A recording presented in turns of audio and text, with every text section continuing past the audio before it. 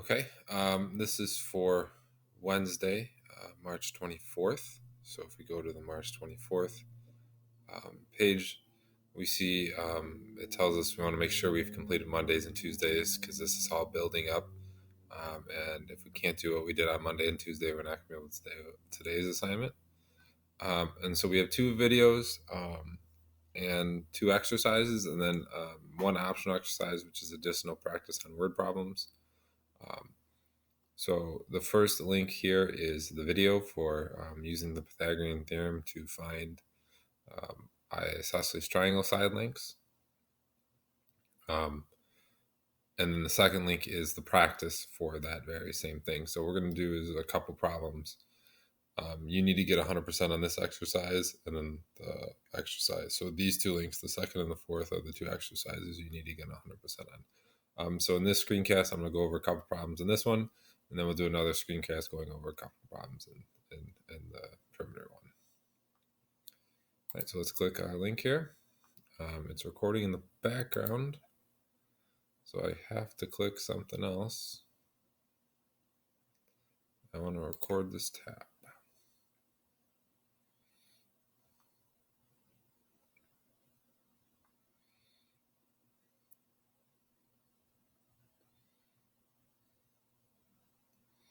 All right, and there's 7 problems here.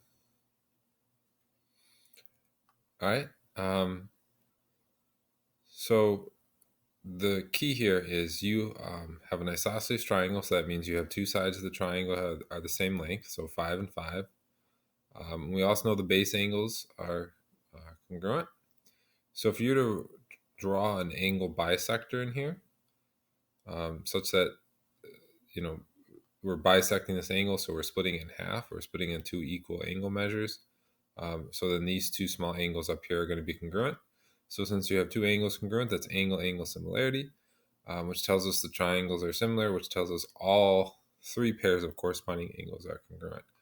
So we know that these two angles down here are congruent, and since they form a linear pair, they're going to be right angles. So we can go ahead and draw in right angles here. Okay, those are both, it's not the best. Those are both going to be right angles. Okay. We also know the sides are proportional, so what's going to happen is this bisector, this angle bisector that we draw in here is also going to bisect the base of our isosceles triangle. So this piece is going to be 3, and this piece is going to be 3 as well. Okay, because the ratio of our sides need to all be the same. Okay, so now we have a right triangle. Our hypotenuse here, our C, is 5. This 3 here will be our A.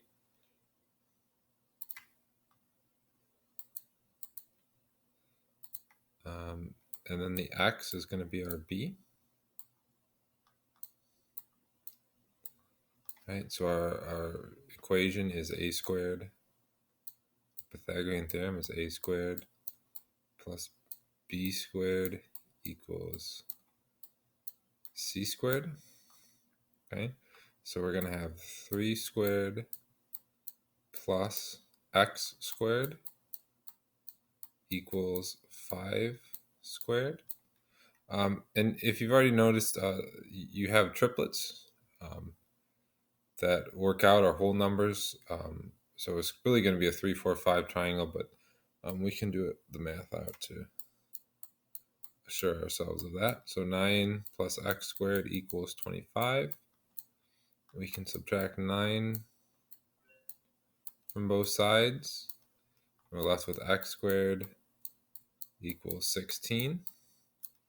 Okay, to get rid of the square, we take the square root. So we're left with x equals plus or minus 4, but we only want the positive value because we're talking about length. And so that is option D. All right. And there's our first one correct. Okay, let's go to the next question. All right, here's one where the x is the hypotenuse. So again, since it's x and x, that we know it's isosceles, our base angles are the same. That means this this is going to be a perpendicular bisector, because we had an isosceles triangle, so you had angle similarity when you bisect the angle up here, which means these angles are congruent and they're also linear pair. So it's got to be 90 and 90 here. All right. Again, we're going to split the 4 in half. So we're going to split it into two pieces, 2 and 2. And again, that's because since these triangles are similar, and the sides are going to be proportional. And really, you have angle similarity, so you know the triangles are congruent, right? You have two pair of angles. The non-included side would be 5. It's shared for both of them. That's the reflexive property. So you'd really have angle similarity, so the triangles are congruent. So you know this has to be 2 and 2. All right, we're splitting it in half. All right, so our formula then, again, a squared plus b squared equals c squared.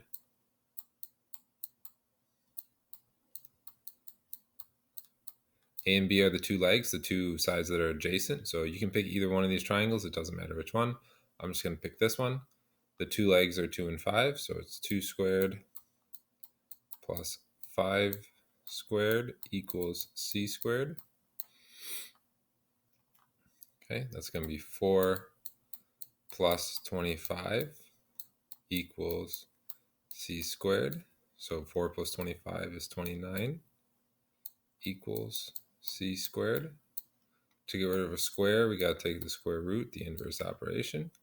So the square root of 29 is going to equal c. That's not my best.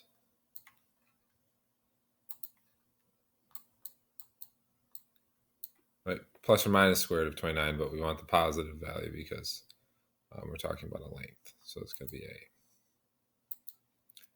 Right. My name, my face is in the way a little bit here.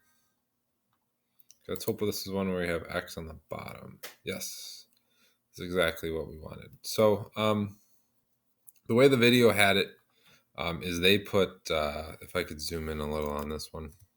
This one's a little small.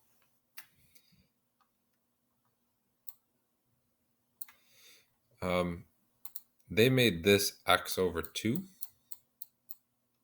And this one over here, x over 2. Okay, that's fine. I think it makes it a little more complicated though. I'm just going to make these a y, and then we can add them together at the end. So I think it's easier if you just make this say y, right? And then we can make this one y too, right? Because those are going to be equal.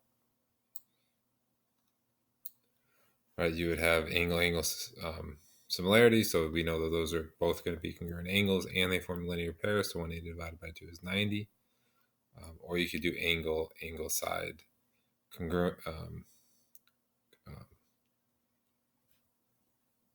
The angle side theorem for triangle congruence to say that triangles are congruent, so that these two pieces would be equal. If we make that y, that one's also got to be y. Okay, and again, then this would be a midpoint or a bisector, splitting it in half. Okay, and then you pick one of these right triangles. Again, same thing, a squared plus b squared equals c squared.